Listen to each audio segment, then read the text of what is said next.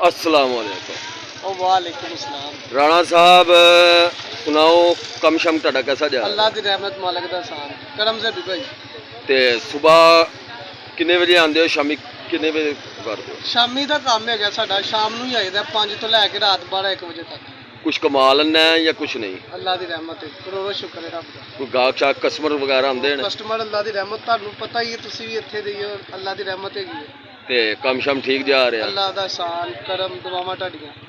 ਤੇ ਆਪਣੇ 버ਗਰ ਦੇ ਬਾਰੇ ਚ ਕੀ ਕਹੋਗੇ? ਭਾਜੀ ਸਾਡੇ ਕੋਲ 3 ਕਿਸਮ ਦੇ 버ਗਰ ਨੇ, ਚਿਕਨ 버ਗਰ, ਸ਼ਾਮੀ 버ਗਰ ਤੇ ਲਪੇਟਾ 버ਗਰ। ਅੱਲਾਹ ਦਾ ਸ਼ੁਕਰ ਹੈ, ਸਾਰੀ ਆਈਟਮਾਂ ਰੈਗੂਲਰ ਨੇ। ਸ਼ਵਾਰਮੇ ਵੀ ਰੱਖੇ ਨੇ, ਹੁਣ ਵਧਾ ਲੱਗੇ ਆ ਜ਼ਰਾ, ਜ਼ਿੰਗਰ ਜ਼ੁੰਗਰ ਲਾਣਾ ਵਿੱਚ, ਚਿਪਸ ਵਗੈਰਾ ਬਣਾਉਣੇ ਨੇ, ਉਹਦਾ ਸੈਟਅਪ ਕਰਨਾ ਚਾਹ ਰਹੇ ਹਾਂ।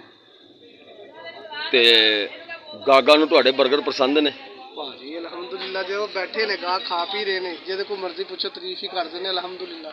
ਉਹ ਤੇ ਕਦੀ ਤੁਸੀਂ ਟੇਸਟ ਕਰੋਗੇ ਤੇ ਤੁਸੀਂ ਫਿਰ ਦੱਸਣਾ। ਕਦੇ ਵੀ ਕੋਈ ਕੰਮ ਵੱਲੋਂ ਪਰੇਸ਼ਾਨੀ ਆਈ ਹੋਵੇ? ਨਹੀਂ ਨਹੀਂ, ਇੱਥੇ ਕੋਈ ਪਰੇਸ਼ਾਨੀ ਨਹੀਂ।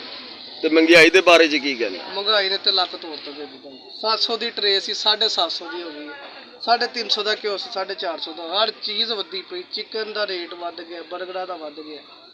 ਆਵਾਮ ਨੂੰ ਅਸੀਂ ਰੇਟ ਵਧਾਉਂਦੇ, ਆਵਾਮ ਪਰੇਸ਼ਾਨ ਹੋ ਜਾਂਦੀ। ਤੇ ਅਖਰਾਚਾਤ ਪੂਰੇ ਹੋ ਜਾਂਦੇ ਨੇ? ਬਸ ਅੱਲਾਹ ਕਰਦਾ ਪੂਰੇ, ਇਨਸਾਨ ਤੇ ਕਦੇ ਵੀ ਖੁਸ਼ ਨਹੀਂ ਹੁੰਦਾ, ਬਸ ਰੱਬ ਦੀ ਜ਼ਾਤ ਹੈਗੀ ਜਿਹੜਾ। ਤੇ ਕੰਮ ਸ਼ਾਮ ਵੱਲੋਂ ਤੇ ਤੰਗੀ ਪੇਸ਼ੀ ਕੰਮ ਉਂਝ ਠੀਕ ਹੈ? ਨਿਜ਼ਾਮ ਬੱਚਿਆਂ ਦਾ ਚੱਲ ਰਿਹਾ? ਬਿਹਤਰੀਨ ਬਿਹਤਰੀਨ। ਆਪਣਾ ਕੰਮ ਹੈ, ਤੁਹਾਨੂੰ ਪਤਾ, ਆਪਣੇ ਕੰਮ ਚੋਂ ਬੜੀ ਬਾਣਾ ਬਰਕਤ ਵਾਲਾ ਕੰਮ ਹੁੰਦਾ। चलो मोबाइल बर्गर उन मेरे ते ले।